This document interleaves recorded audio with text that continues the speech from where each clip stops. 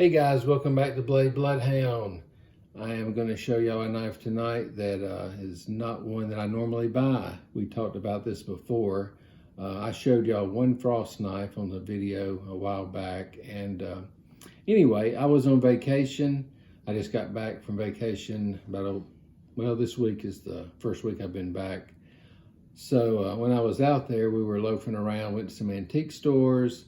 I didn't really see anything I wanted, but I ran into this knife here, and I said, wow, that's kind of a unique knife. The price was right. It was a cool knife.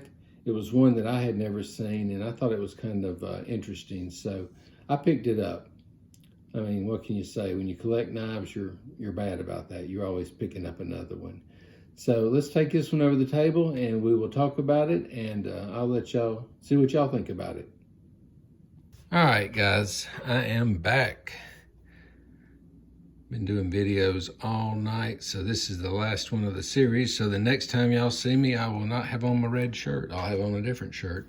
But like I was telling y'all, I was in Amelia Island hanging out, and we went to the antique store in town in Fernandina, and I was loafing around. I go to this antique store a lot, and they have a couple of knives that one knife I've looked at for the last 3 years. It's been there, and I never have bought it, but I just look at it and think about it, and then I say, I don't need it.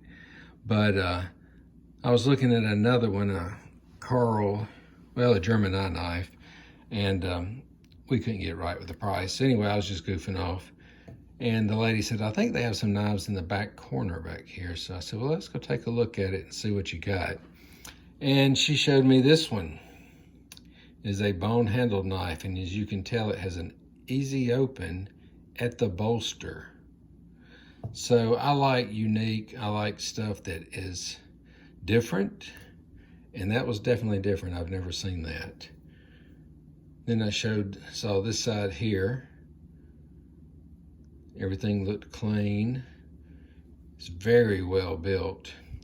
So I said, let me see that knife. What do you have on it? She had $10 on it. And I said, well, let me look at it and see what I think. When we opened it up, here at Good Snap, it is let's do it this way, frost cutlery. So people that know me and people that know my channel and know that usually I don't buy frost knives. I have one that's really cool. It's a bolster lock. A lot of the newer frost knives are just not, the quality's not there. But that is because they're no longer made in Japan. So if you see a frost cutlery knife, if you can see that, and it says Japan on it, it's gonna be well built. Really is. I wanna say Seki City, Japan. I'm not 100% sure, so I don't wanna lie, but I'm almost positive. But what was cool about this one was it says it's a Tanto Folder. So that's a Tanto blade. See how it kind of goes here? And usually it's more defined and goes straight up. This one's a little rounder. I don't know if you can tell. But it's got a cool swedge here, It's flat there. This Tanto holder, or folder, I said holder for some reason, is actually etched into the blade. It's not, you know, sometimes you'll have it, it's like printed, but this is actually etched into the blade. So when I was cleaning it, I said, well, that's not going to come off. So that was kind of cool. But I just like the blade shape. I like the Tanto blade. I like that it was easy open. There's the other side of the blade. It's been used a little. I mean, it's not brand new. It's a used knife. Great shapes, thick stock here. It's a good knife. But what I liked about it was had that easy open with the fingernail pull there. I've never seen that. And I looked on eBay and I still haven't seen it. I saw one that was sort of similar. It was called a Cargill or something, and it was selling for like $100. I mean, well, they were asking 100. No one had bought it yet, but we'll see how it goes. I may watch it, but I did not find this particular one on eBay. what I liked about this one was, you know, you've got the easy open, but it also serves as a finger groove. Put your finger there, big, nice blade. It's not a big knife. It's probably, let's see, probably about, I don't know, it's not even 4 inches long, but the blade is almost as long as the handle. I mean, look at that. When you pop it open, it's almost as long as the handle is. But it's got a bone handle. I mean, it's real bone. It just feels good. I've been carrying this knife for like 3 days now, which if you'd have told me I would be carrying a Frost around and leaving a case at the house, I'd have said there's no way. But I'm telling you, lately I have been broadening my horizons a little bit, picking up some different things, carrying some different stuff. I was going to do another video tonight, and I said, you know what, I'm going to do that Frost.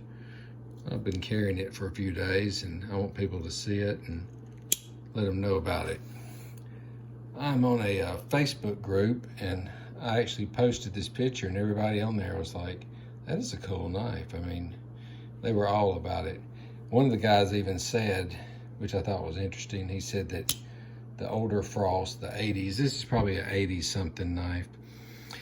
The older ones, especially the ones that were made in Japan, are always really a good quality knife. You can say what you want, but they do good work.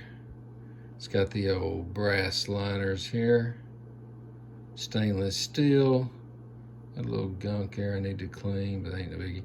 There was a little crack. Let's see, I'll zoom in. Right here, I thought about putting a little bit of super glue on that, but that crack is so tight that I don't think it would ever even get any worse. So I didn't fool with it. But for $10, I mean, heck. I'm telling you, I bought 6 dilly bars, like a box from Dairy Queen. It was almost 20 bucks. So you got to think of it that way. $10 for a good knife, one that, you know, if you carry it 5 times, it's worth that. And it's cool. I mean, it's just an all-around neat knife. I thought it was pretty neat. And I thought it was neat that that was etched in and not stamped. Let's look at this tang stamp. Another way to tell a good Frost knife is a lot of times the Japan ones will say surgical steel. Now, if it had just said Frost like this, without that, I would have probably thought, okay, that's one of the older, not the older ones, one of the newer ones, and it's not going to be well made. But I hee-hawed around, looked at it a little bit, and then I was looking and I saw that Japan there. I barely saw it. I don't know if it was more pronounced before I cleaned it, but when I saw that, I said, okay, this is probably a Seki City, Japan. This is probably one of the earlier models, and I just liked it. Anyway, guys, tell me what you think about that fingernail pull, especially it being in the bolster. I mean, I just thought that was really odd. But it's a good knife, red bone. See how the centering looks. It's pretty centered. Has good snap.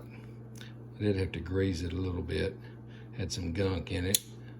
But you hear that snap that way, and then snap that way. But it was just really unique. So I think I'm gonna put these in my wheelhouse now. Maybe if I see some more Frost laying around at the flea market, instead of just running off, I might pick up a couple and see if it's one of the older ones and see how well it's built. I wish y'all could feel this one. It's just got a feel to it that's just really, really well built. It kind of reminds me of the Parkers, actually. Really neat. It's probably made the same place as the Parker knives, honestly. Anyway, guys, y'all have a great night. I hope you liked the video. Like, subscribe, tell your friends. You can always email me at bladebloodhound@gmail.com. Y'all have a good night now.